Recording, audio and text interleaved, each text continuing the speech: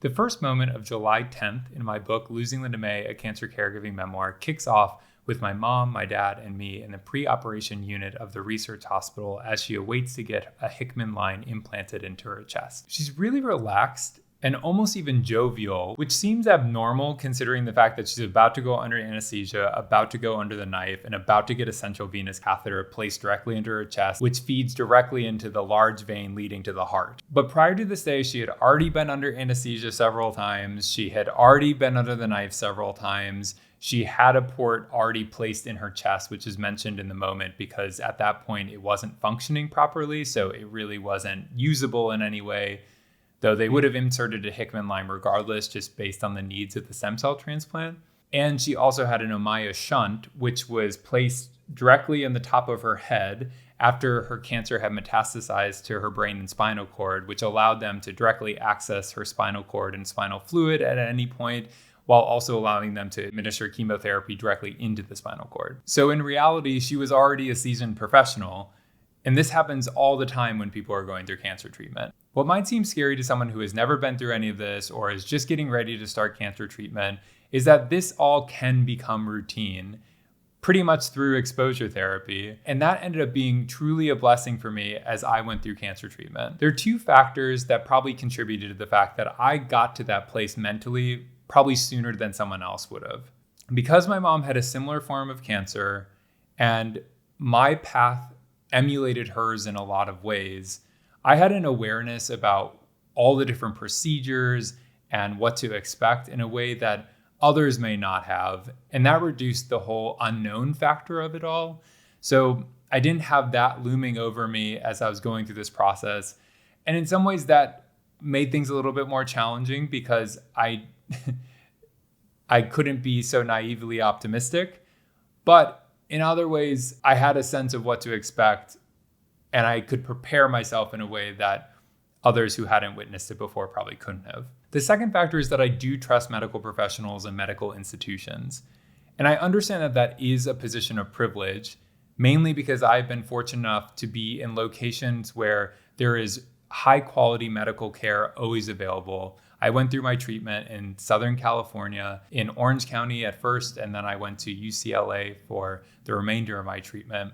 So I had incredible care that not everyone has access to in this country or in the world. So I went into every situation with the expectation that the medical providers who were tasked with my care would do right by me and look after me to the best of their ability. So with all that established, I have to say that I love anesthesia and I have no idea why people are afraid of it. Prior to going through cancer treatment, the last time I went under was when I had my wisdom teeth taken out in high school. So it had been over a decade by the time that I was going to get my excisional lymph node biopsy, which would be the determining factor of whether or not that I definitively had cancer and what type of cancer it would be. Needless to say, my number one concern at that time was the fact that I was most likely going to be diagnosed definitively with cancer and not necessarily about the logistics about the procedure.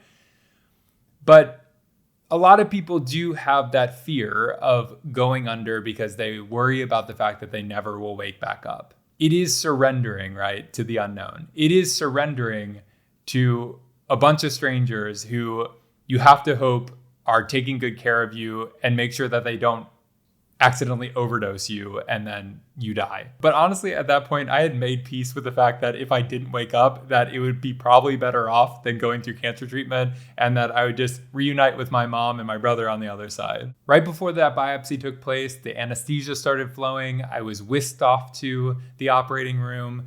I became a stand-up comedian in those moments as the nurses and doctors are getting prepared to operate on me. And then I was out like a light. When I woke back up in the post-op room, the only thing I felt was that very familiar feeling of blacking out the night before and then waking up worried about what you said when you're not in your right mind and whether or not you crossed the line with some really inappropriate jokes with people that you've never met before, and in this case, would never see again. That biopsy started my cancer treatment, which ultimately led me to have my own port placed in my body, many more opportunities to go under anesthesia, so much radiation and radioactive materials through CT scans and PET scans, being stabbed a countless number of times by needles, and so many awkward and funny moments with medical professionals who I have never seen again. All of those are objectively things that people don't seek out to do. And so, of course, it's not going to be a first choice from anyone to opt into doing cancer treatment and all these medical procedures. But disposition really is the key. So, of course, that is tough when you are already suffering and you're just getting by day to day.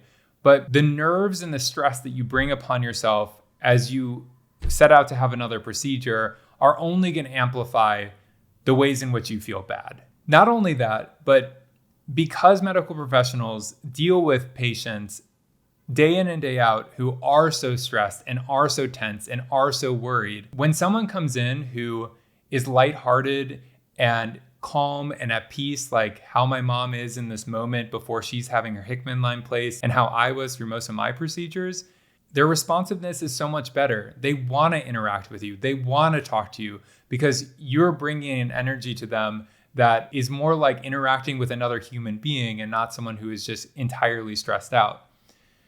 So it actually behooves you to try to be as relaxed as possible as you enter in those environments because you will inevitably get better care out of it. If you go into a procedure with a sense of calm and a resignation to the fact that what's about to happen is out of your control, which, like I said, if you ever find yourself in a position where you are going through regular medical treatments, you inevitably probably will get to that point because you just experience it so many times. And when you don't have any negative experiences with it, or when the negative experiences are far fewer than the positive experiences, then you can just roll into a procedure with a level of trust and faith that it will just work out and you'll be okay. And so you might as well just enjoy the ride and enjoy some general anesthesia. The next video that I'll be uploading is on July 12th, and I'll be talking about caregiving and guilt. So hit subscribe, leave any questions in the comments, and I will see you then.